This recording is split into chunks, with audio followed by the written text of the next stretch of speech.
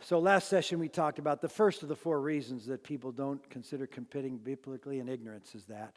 And that's one of the reasons we wanted to start, as I said, the School of Sports Ministry here, is to create an opportunity for people to be introduced to the culture, or if they've heard about it before, to get a chance to hear it more definitively and to play it out within an educational setting where they get a chance to interact with a professor and process it out and work through their own challenges and struggles based on their story.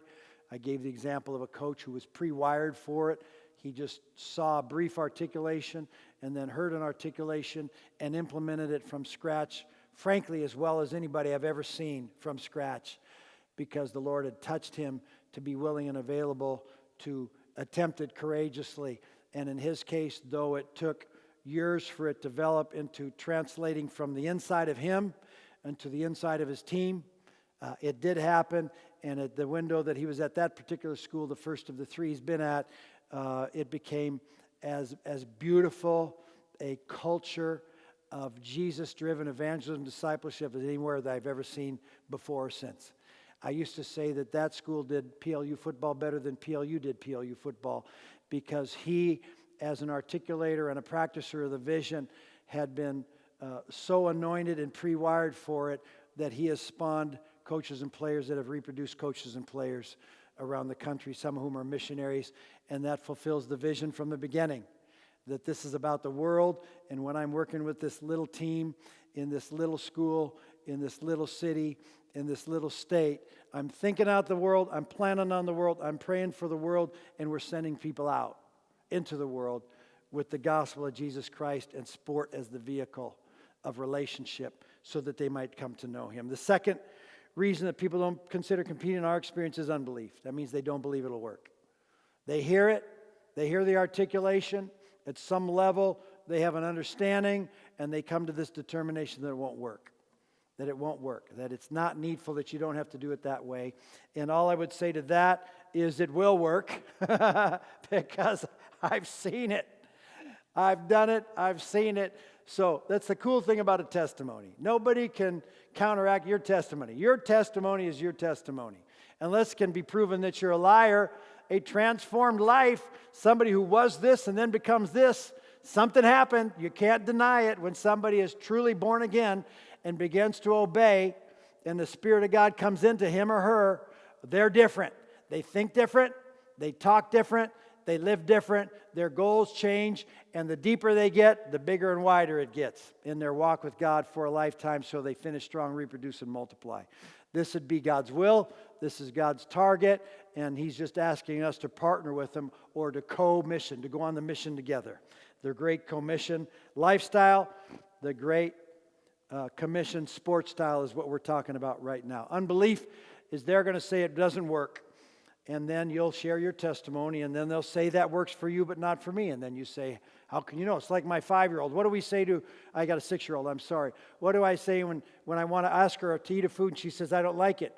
How can you not like it if you ever tasted it? If you taste it and don't like it, that's fine. But we look at a 6-year-old and we say that's because they're a 6-year-old. We basically say because they're young and ignorant, they turn down food they've never tasted because their first reaction is, I don't like it, even though they've never tasted it. We would look at that and we would understand it because they're 6. But when a 60-year-old or a 16-year-old or a 26-year-old doesn't taste it and says it's no good and it won't work, that's kind of ignorant to me. It's ignorant. Why don't you rather tell the truth and say, I don't want to do it? But to say it doesn't work when you've never seen it or done it would be ignorant. Just because you haven't seen it or done it, that it invalidates something. And my contention, and when we teach this stuff is, listen, if you don't want to do it, that's fine. If you don't like to do it, that's fine. If you don't believe in it, that's fine. If it's not your cup of tea, that's fine. If you don't think you have to be that serious about it, that stuff, that's fine. But don't say it doesn't work, because that'd be ignorant, because it does work. I'm an example of it, and I can give you hundreds of other examples of it, and I can give you teams and expressions. Here's another one, that you won't win that way. Well, I've been in teams that have been national champions that had this philosophy, and I've been teams that went 0-10 in this philosophy, and they all had a redemptive experience that was not linked with the scoreboard. Transformed lives not linked to the scoreboard, because the scoreboard is irrelevant and actually gets in the way. It gets in the way of advancing the kingdom. We'll talk about that in later sessions.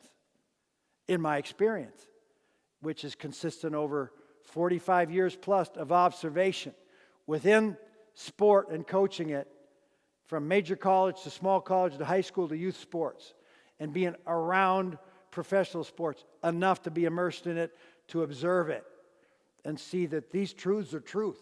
Gravity's gravity. I don't understand physics and I'm not a big science guy, but if I jump off a building that's a certain height, I'm going to die. I don't need to understand it to see the results of it. And I don't have to have done something to realize that's probably not a good thing or that is a good thing. And so to say that it doesn't work, to say you don't believe it because it doesn't work when you've never seen it, when people have a testimony of it, would seem to be kind of ignorant. They'd be ignorant. So guard against writing something off that you've never tasted to see if it's good or not. Now, once you taste it, if you don't like it, that's fine. We're not trying to convince anybody of anything. We do have strong convictions, but we're not trying to convince them. We're just trying to throw it out there as an option. And if you're serious about Jesus and you have a different position in some regard, I'd be curious what your articulation is as to why. And that just would be for curiosity's sake. That's not about right or wrong. That is about different. And different is not a bad thing. God made different colors in the rainbow. He made different races. He made different cultures. He made different expressions, many of which can be biblical and obviously advance the kingdom also. So this isn't a matter of right or wrong. This is just a matter of deciding who you want to be and what you want the fruit of. And frankly, in my experience, again, it's just me, but I got 1,000 people I can pull into this boat. That's not 8 million, but it is 1,000. There's something to be said for that. And the Bible says, look at the fruit. And the fruit of this philosophy is transformed lives, transformational lifestyles and family lines. Now, if you see that within your phone philosophy, good, stay at it, go get them. I'm just saying, in my experience, I've not seen a more transformational sport philosophy ever anywhere. And if you find one that's greater than that, I want to know about it, because I'm either going to embrace it completely or pick and choose pieces from it to enhance what we already have. Now, I don't know if that sounds arrogant or not, and I guess if you don't know me, you won't know what your opinion is of that. But I do have strong convictions, because once again, my life and my family line and many people's family lines have been transformed through the adoption and practical expression of this lifestyle of sport, this sports style, so to speak. And for that reason, we have strong convictions. The third reason people don't consider competing biblically is fear. So they end up with an understanding. You break ignorance with education and articulation. And you break unbelief with facts. With facts. That it does actually work. I mean, Frosty, one of the cool things for him philosophically is he ended up being, to this day, the 9th winningest coach in the history of all college football. Of all the college football coaches at all combined levels, he's the 9th winningest coach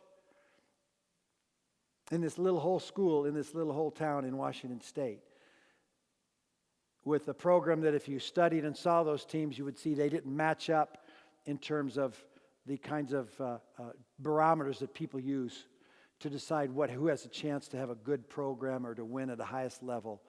In many ways, and those who were there would know it, they were smaller and talented, but with less kinds of measurables, so to speak. Not the fastest guys, not the biggest guys for sure. But they had tremendous culture. They had tremendous synergy. They closed the gap between their potential and their performance. They played free. They played without fear. They played together. And sometimes that translated into, at their level, playing at the highest, 8 national championship games in a 30-year window with 4 national championships. I don't know anybody that won more than that. There's a school called Mount Union in Division III that's done that. There's maybe a handful. that have won that many national championships in a 3-decade period like that. But even then, what was the result after the fact is the point.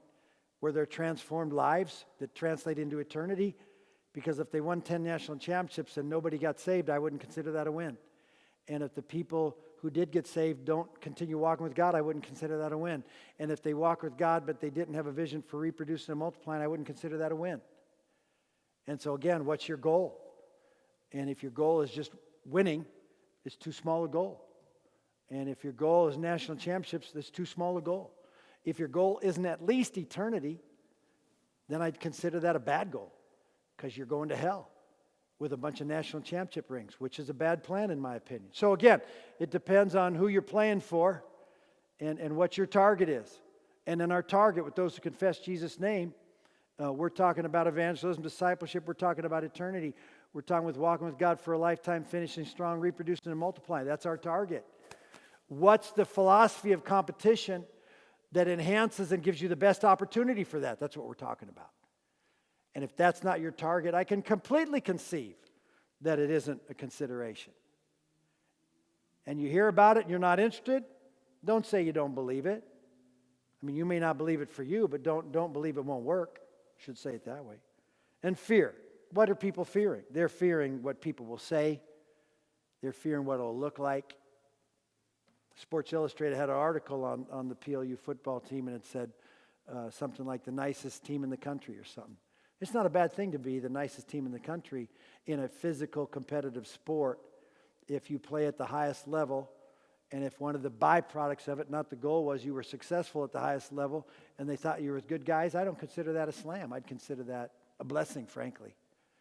I'd like the people feel that I was competitive, that my goal was to honor the game, to love people, to love the sport, to love my opponent, to bless them, to bless the fans, to bless everybody associated with the game, to bless everybody that saw it, to be a blessing, to create a legacy of blessing, to be thought to be a good guy who cared about others. I wouldn't see that as a bad thing. I'm being facetious here. I would think that'd be a very cool thing. And that's the cultures that we attempt to create, to reproduce and multiply, is that guys and gals can be ferociously competitive, that they can honor God, they can honor the sport, they can honor their overseers, they can honor their teammates, they can honor their opponent, they can honor the referees, regardless of outcomes, in a way that is transformational, that has to do with eternity. I would think that's a good option. Fear, what will people say? Well, there's no question, you got to go after that. Fear of failure, will it work? Well, I know this, the people that try that, if they stick with it, it bears fruit. I didn't say they're going to win more games. If you're doing it just to win more games, just because Frosty won a lot of games or somebody else won a lot of games with that philosophy, I'd say that's the wrong motivation. Frosty would always talk, I remember him regularly, he'd have a playbook, an attitude playbook that was filled. It was the playbook. Football playbooks tend to be big in most cases, but his playbook was unique. The vast majority of his playbook was about attitude. Very little was about actually football. There were things about football because he desired to be competent. Obviously, he desired to be competent. They were competent. They won more or as much as anybody that's ever won in the history of the sport of football. Philosophically, there would seem to be some viability to that as an option. It may not be your choice, but it seems like it's a viable option, a choice. Even if all you care about is winning, it would seem to be a viable option as a choice.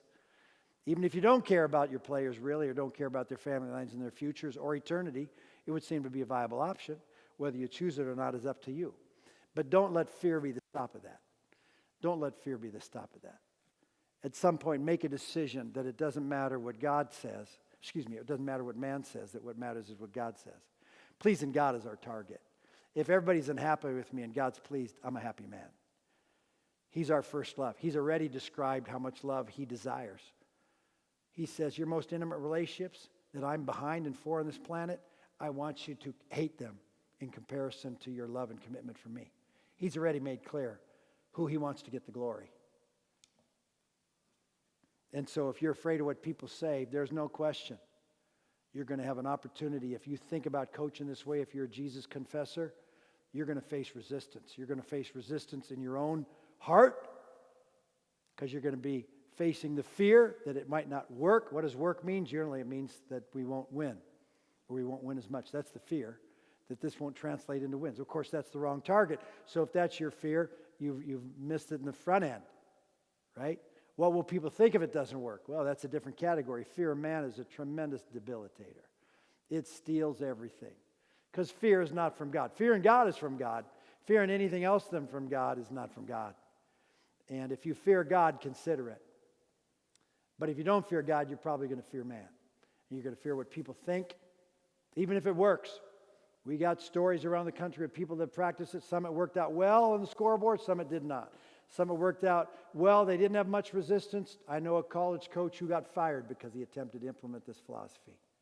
He got fired, and he was a phenomenal coach, still is a phenomenal coach, left a situation he wanted to be at his whole life in college.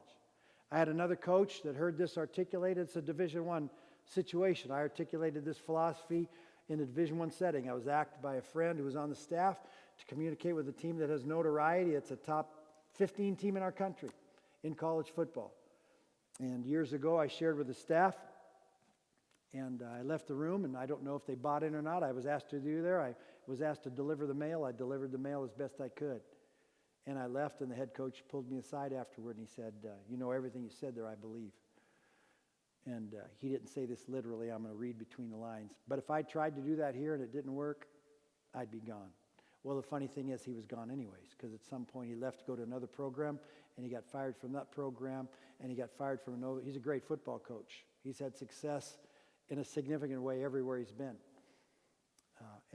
But he made a decision, and I appreciated his honesty. He basically said, if I try that, I might lose his job. And I know guys that have lost their job, implementing this philosophy. I don't consider that a bad thing.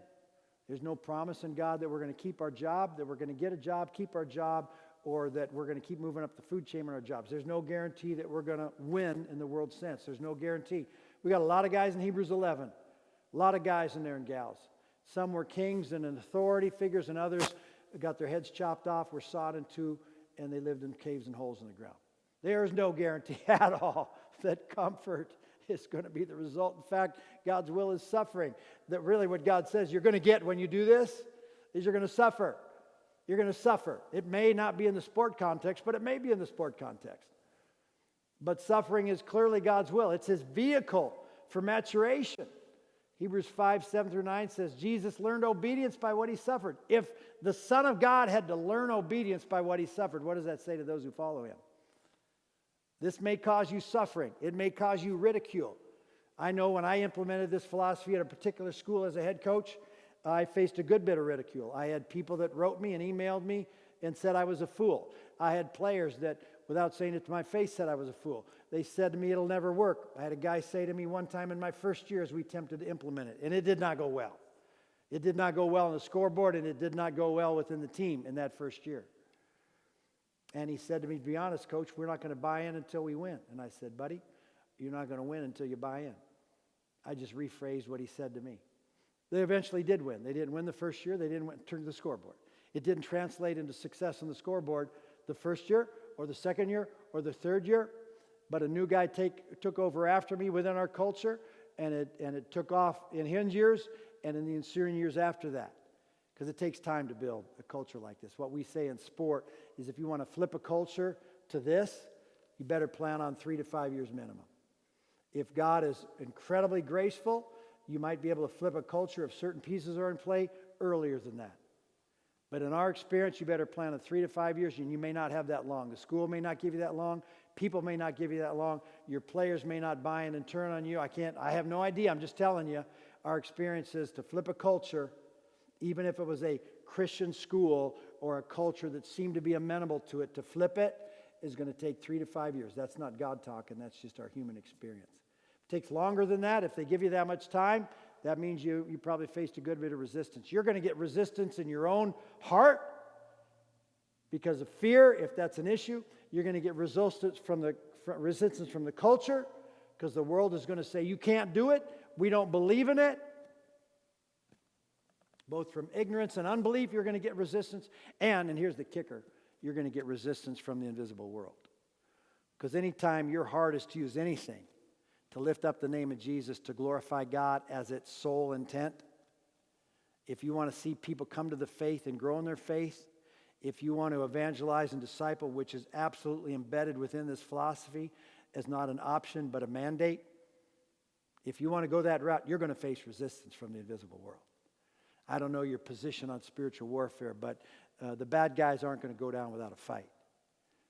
And you're going to get it within your own soul. You're going to get it from external pressure within your own team, within your own coaching staff, certainly within those that observe it. I personally was made, and they didn't call me to my face, but I know people felt like in the window that I was trying to implement this. They made comments that they thought that I was insane for some of the choices I was making that weren't turning out well in the natural, that seemed to be going backwards instead of forwards. You got to make a decision before you get into this if you're going to stick with it. Because if you want to check it out like a smorgasbord, don't be surprised if it doesn't fly. You're either in or you're out in this deal. That's just what we've found. And if you try to pick and choose it a little bit, as soon as you hit a little adversity, your knees are going to buckle and you're going to go back to the world's way, which is the red car. We'll explain what the difference in the red car and the blue car is later. The fourth issue, why don't more people consider it, is because of the cost. I've alluded to it here now previously, the cost. It will cost you because you're going to have to die to yourself. It'll cost you because God's going to smoke out your heart. It's going to cost you because you're going to deal with pressure from outside people's comments and thoughts. It's going to cost you because your fear's within and from the words without. It's going to cost you because it may not turn around fast. I'm working with guys right now and consulting them that they have not seen the light of day and they've attempted to. What I think's going on, what I've found experientially for myself and others, is the Lord wants to see, will you be faithful? Will you be faithful? Will you be faithful? If this doesn't translate into visible earthly rewards, will you be faithful? Do you want the kingdom to advance? Do you want eternity to be on the radar so deeply that you'll stick with this even if it doesn't translate into wins? Are you willing to lose your job over this? Now, sometimes that happens. It's not normative. As many people have won at the highest level with this philosophy as have lost at the highest level. This is not correlative to this planet. And if you're doing it for that reason, somehow it's some magic pill, you're going to be sadly disappointed. But if you're thinking about eternity, you want to see transformed lives, if you want to see the work of God, the will of God, the power of God, the fruit of God, give it a shot. Give it a shot. But understand you're going to battle ignorance, unbelief, fear, and the cost. And that's just something you got to go through. But there is no other way. In our opinion, there is no other way.